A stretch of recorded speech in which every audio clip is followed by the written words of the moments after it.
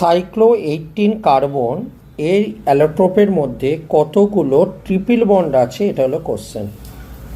তাহলে 18টা কার্বন তুমি দিয়ে দাও। 1টা 2টো 3টে 4টে 5টা 6টা 7টা 8টা 9টা 10টা 11টা 12টা 13টা 14টা 15টা 16টা 17টা 18টা দিয়ে দিলাম।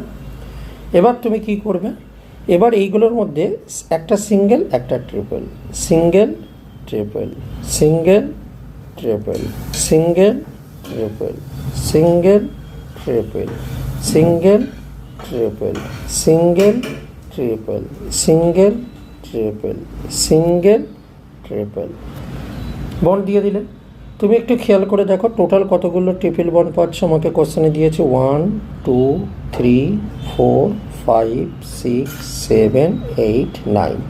তাহলে 9 হলো অ্যান্সার। অপশান এতে 9 ছিল, তার মানে 9 হলো অ্যান্সার। ক্লিয়ার?